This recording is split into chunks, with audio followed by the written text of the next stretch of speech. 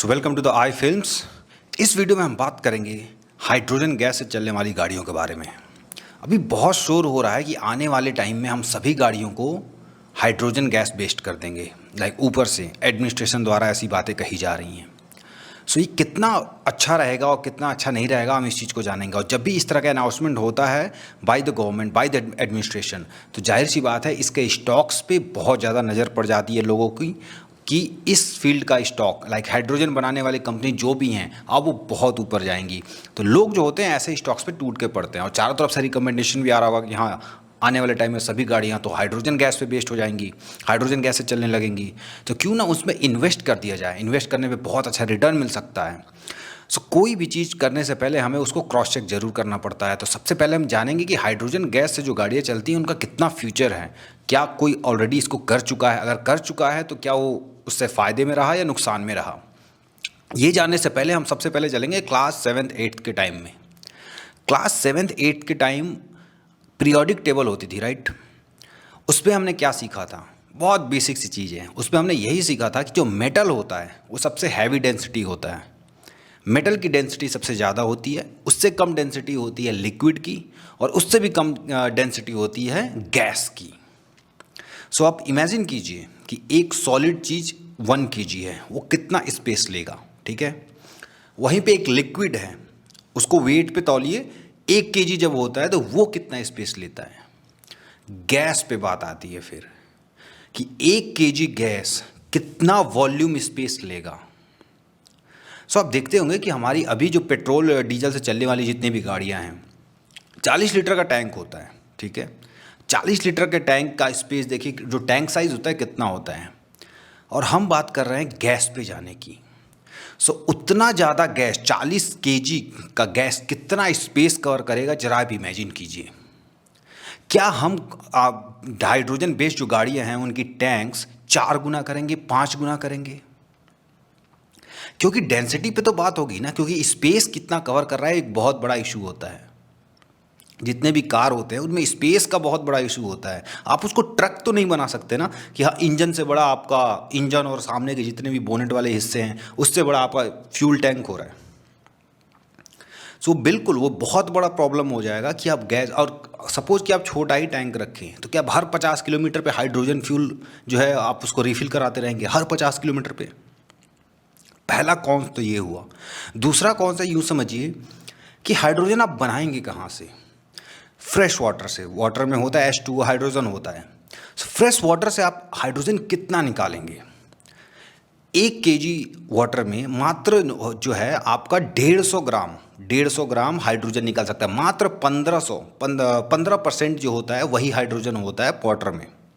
सो यानी कि अगर आपको 1 kg हाइड्रोजन गैस निकालना है वाटर से तो आपको कम से कम 7 से 8 लीटर पानी चाहिए, वो भी पीने वाला पानी, फ्रेश पानी। और पानी पीने के लिए होता है, न कि फ्यूल बनाने के लिए। अगर फ्यूल बनाने लगे हम पानी से तो हम भूखे प्यासे मर जाएंगे, क्योंकि अभी हम उस हालात में नहीं है कि हमारे पास पीने के पानी बेहिसाब पड़ा हुआ है। अभी भी पीने की पानी की बहुत किल्लत है। पीने की पानी एक बहुत बड़ा समस्या है। मेट्रो सिटी में जाइए आप, पानी के लिए लोग परेशान रहते हैं। सो आप हाइड्रोजन बनाएंगे कहाँ से? एक यहाँ पे तीसरी बात ये आ सकती है कि चलिए हम गैस, हाइड्रोजन को गैस के फॉर्म में नहीं, लिक्विड हाइड्रोजन यूज करेंगे। लिक्विड हाइड्रोजन, आपने कोविड का टाइम सुना होगा क्रायोजेनिक टैंक्स के बारे में। लिक्विड हाइड्रोजन स्टोर करने के लिए आपको क्रायोजेनिक टैंक्स इस्तेमाल करने पड़ेंगे। और वो ऐसा नहीं होता कि आपने लोहे के चादर लिए, मेटल के चादर लिए, उसको वेल्डिंग किया और वो टैंक बन गए। उसका एक अलग थ्योरी होता है, अलग चीज़ हो जाती है क्रायोजेनिक टैंक्स। उसको मैनेज करना, उसको बनाना एक बहुत बड़ा हेडेक है। क्या आप इमेजिन कर सकते हैं कि कार से ज़्यादा जो है प्राइस आपके टैंक की है? तो फिर ऐसा किया क्यों जा रहा है? ये ठीक उसी तरह है जैसे एथेनॉल के साथ किया गया कि आने वाली सभी गाड़ियों को हम एथेनॉल मिक्स कर देंगे। एथेनॉल किससे बनता है? गन्ने से। शेयर भग गए। अब यूँ समझिए कि जब आप चारों तरफ गन्ने ही उगेंगे तो अनाज कहाँ उगेगा? क्योंकि खेत तो होते हैं अनाज उगाने के लिए, खाने की चीज़ उगाने के लिए, न कि फ्यूल उगाने के लिए। शॉर्ट टर्म में आप देखेंगे कि कंपनियों में हाइड्रोजन के जो शेयर्स हैं वो बहुत ऊपर जाएंगे। शॉर्ट टर्म में 2 गुने 3 गुने हो सकते हैं। लॉन्ग टर्म में वो पिटेंगे। क्योंकि ये कोई नई बात नहीं है, नई सोच नहीं है कि हम हाइड्रोजन पे कर देंगे। ये ऑलरेडी बहुत सारे कंट्रीज ने कर चुका है और देख चुका है और भुगत भी चुके हैं। लाइक एथेनॉल वाला जो किस्सा था, अमेरिका कर चुका, ब्राज़ील कर चुका, वो दोनों भुगत गए। और दुनिया को एक बीमारी है कि जो भी गलती अमेरिका करेगा हम उसको भी करेंगे। पहले मुंह जला के हम अपने को आपको सेटिस्फाई करेंगे, फिर लोगों कहेंगे नहीं भाई ये तो गलत है। अभी एथेनॉल का क्या हुआ, बोल दिया गया कि आप कंट्रोल वे में एथेनॉल प्रोड्यूस कीजिए, शेयर वापस धड़ाम से नीचे आ गए। अभी हाइड्रोजन पे क्या कोई गाड़ी अभी टेस्ट हुई है? बिल्कुल हुई है, टोयोटा ने किया। टोयोटा ने रेसिंग ट्रैक पे उन्होंने हाइड्रोजन बेस्ड गाड़ी बनाई और टेस्ट कर रहे थे। तो कंपनीज हैं, वो कंपनी कर सकती हैं, वो 50 चीज़ें ट्राई करती हैं, एक्सपेरिमेंट करती हैं, 49 फेल होगा, कोई एक सक्सेसफुल होता है। तो जब वो इस चीज़ को कर रहे थे तो वो उनका मतलब उनकी हालत ख़राब हो गई थी उसको मेंटेन करने में। लाइक उसका जो हाइड्रोजन होता है उसको फिल करने के लिए अलग नोज़ल चाहिए, अलग तरह की चीज़ें चाहिए, वो बहुत ही कॉम्प्लेक्स मैकेनिज़्म होता है। और बार बार हमको ये बताया जा रहा है कि पेट्रोल और डीजल इससे हम दूर होते जाएंगे, तो दूर कभी नहीं होंगे, क्योंकि पेट्रोल और डीजल के पीछे देखिए 100 साल 150 साल का इतिहास जुड़ा है, उतना रिसर्च है उन चीज़ों पे। लाइक जब सीएनजी आया था, लोग ऐसे कहते थे कि कुछ टाइम बाद जो है सीएनजी पूरी गाड़ियाँ जो है सीएनजी बेस्ड हो जाएंगी, पेट्रोल ख़त्म हो जाएगा, डीजल ख़त्म हो जाएगा। अभी भी लाइक ये 20 साल 25 साल पहले की बात बता रहा हूँ मैं, 20 साल 25 साल बाद भी हर जगह सीएनजी उपलब्ध नहीं है। पेट्रोल आपको चुटकी बजा के मिल जाता है हर छोटे बड़े गांव में। और ठीक वैसा ही हाल होगा इलेक्ट्रिक व्हीकल्स का। लोग ये समझ रहे हैं कि पेट्रोल गाड़ियाँ डीजल गाड़ियाँ बिल्कुल मार्केट से गायब हो जाएंगी, ऐसा कभी नहीं होने वाला। इलेक्ट्रिक गाड़ियाँ जो है एक ऑप्शन के तौर पे आपके पास रहेंगी, पेट्रोल और डीजल गाड़ी कभी बंद नहीं होने वाली। जैसे सीएनजी एक ऑप्शन के तौर पे है, लेकिन क्या पेट्रोल गाड़ी या डीजल गाड़ी बंद हो गई है? बिल्कुल नहीं। आपको समझना पड़ेगा, अगर आप हाइड्रोजन बनाने वाली कंपनियों में टूट के पैसा डालते हैं तो आपको समझना पड़ेगा आप शॉर्ट टर्म बेनिफिट चाहते हैं या लॉन्ग टर्म इन्वेस्टमेंट करना चाहते हैं। शॉर्ट टर्म जैसे कि एथेनॉल के साथ हुआ कि उसके शेयर भागे फिर रुक गए, वही हाल हाइड्रोजन में हो सकता है।